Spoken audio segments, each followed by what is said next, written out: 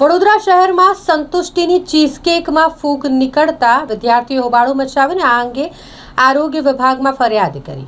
આરોગ્ય વિભાગ હવે સંતુષ્ટિના આઉટલેટ ખાતે પહોંચ્યું અને ત્યાં તપાસ હાથ ધરી છે. જાણકારી મુજબ વિદ્યાર્થીઓએ સંતુષ્ટિ સેક્સ એન્ડ મોર જે આઉટલેટ છે કારેલીબાગ વિસ્તારમાં આવેલું ત્યાંથી ચીઝકેક ખરીદ્યો હતો. સીલ્ડ પેક આ ચીઝકેક ખરીદ્યા બાદ તેને ખોલતા તેમાંથી ખાટી દુર્ગંધ આવી રહી હતી અને સાથે જ તેમાં ફૂગ નીકળી હોય તે અંગેની ફરિયાદ જ્યારે વિદ્યાર્થીઓએ કરી તો યોગ્ય જવાબ ન આપવામાં આવ્યો.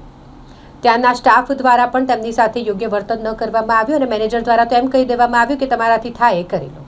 જોકે ત્યારબાદ આ વિદ્યાર્થીઓ દ્વારા ફરિયાદ કરવામાં આવી આરોગ્ય વિભાગમાં અને તેને લઈને આરોગ્ય વિભાગ દોડતું થયું. આઉટલેટ પર તપાસ હાથ ધરવામાં આવી છે જેનો રિપોર્ટ હવે સામે આવશે. મેનેજર દ્વારા જ્યારે આરોગ્ય વિભાગ તપાસ માટે પહોંચ્યું ત્યારે લૂલો બચાવ કરવામાં આવ્યો કે વિદ્યાર્થીઓ દ્વારા જે ચીઝકેક ખરીદવામાં આવી હતી તેને અડધો કલાક બહાર મૂકવામાં આવી. અડધો કલાકની અંદર આ ચીઝકેક ખાઈ જવાની હોય પરંતુ તેઓ અડધો કલાક બહાર મૂકી રાખી એટલા માટે તે બગડી ગઈ. આ પ્રકારનો લૂલો બચાવ સંતુષ્ટિના મેનેજર દ્વારા કરવામાં આવ્યો છે.